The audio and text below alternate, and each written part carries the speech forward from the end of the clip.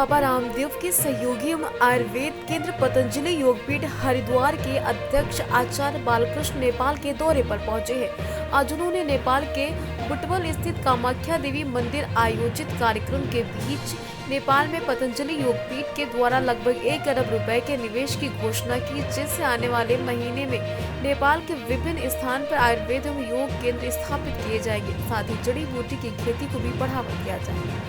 Lumbini cable car के जरिए अपने सहयोगियों के साथ कामाख्या देवी मंदिर पहुंचे आचार्य बालकृष्ण का जोरदार स्वागत किया गया। इस दौरान उन्होंने मंदिर में पूजा अर्चना की। इसके बाद दशहरे के मौके पर अपने शिष्यों को नेपाली परंपरा के अनुसार टीका लगाकर आशीर्वाद दिया। पत्रकारों से बातचीत करते हुए आचार्य बालकृष्ण ने कहा, नेपाल के लोगों से मिलने और प्रेम बढ़ाने के लिए आए हैं। भारत और नेपाल के संबंधों को मजबूत करने के लिए पतंजलि एक महत्वपूर्ण भूमिका निभा रहा है। आने वाले दिनों में नेपाल में पतंजलि योगपीठ आधुनिक सुविधाओं से सुसज्जित वैदिक गुरुकुल शिक्षण संस्थाएं प्रोसेसिंग यूनिट शुरू करने वाला है। मिलने से प्रेम बढ़ता है, तो इसीलिए नेपाल में हम कई सौ हमारे साधु संत महात्माओं को लेकर के मिलने के लिए आए हैं, यानी प्रेम बढ़ाने के लिए आए हैं। और पतंजलि एक उदाहरण है। यदि आप बात करें नेपाल और भारत के मैत्री संबंध को प्रगाढ़ करने में पतंजलि एक बहुत बड़ी भूमिका निभा रहा है।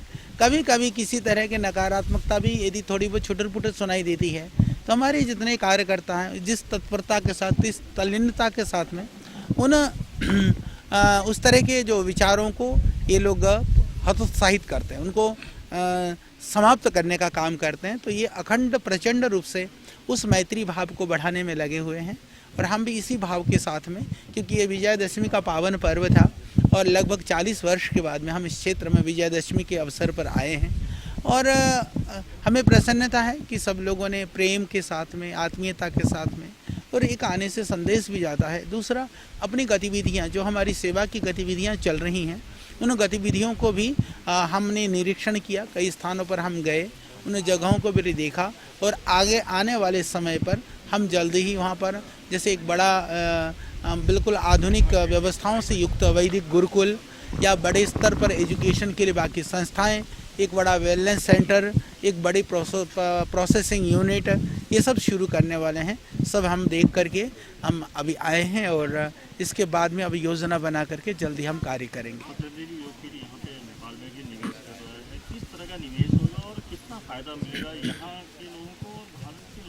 यहाँ जो जड़ी बूटियाँ हैं अभी भी काफ़ी मात्रा में भारत में जाती हैं। हरिद्वार में भी भारत के जो लोग जो हमारी औषधियों से स्वस्थ हो रहे हैं, निरोग हो रहे हैं, उसमें बड़ी भूमिका नेपाल की भी है। तो हमारी बहुत समय से इच्छा थी कि एक प्रोसेसिंग प्लांट यहाँ पर लगे, लोकल लेवल पर यहाँ पर लोगों को रोज़गार भी मिले और औषधियाँ, जड़ी बूटियाँ वो प्रोसेस होकर के भी भारत सहित पूरे विश्व में जाए। उसके लिए एक यूनिट अभी हम यहाँ पर शुरू करने वाले हैं। यह समवेत प्रयास है। रोज़गार की दृष्टि से भी इसका लाभ भारत को और नेपाल को दोनों को ही होगा, और बाकी स्वास्थ्य की दृष्टि से भी जो लाभ है वो दोनों देशों को ही इसका लाभ मिलेगा। विशेष कर के क्योंकि यहाँ प्लांट लगने से नेपाल के अंदर जो उद्योग वगैरह की जो न्यूनताएं हैं, कमी है, उसको थोड़ा सा दूर करने में इससे बड़ी मदद होगी। हम लोगों ने यहाँ पर अभी लगभग जो प्रशोधन प्रोसेस हम कर रहे हैं, एक्सट्रैक्शन से लेकर के जड़ी बूटियों का, जितने भी औषधीय जो हमारे उत्पाद हैं, हर्बल कॉस्मेटिक हों, चाहे हर्बल जड़ी बूटियों के जो औषधियों की जो दवाइयाँ बनाने की प्रक्रिया हों, सब हम लोग यहाँ पर करने वाले हैं।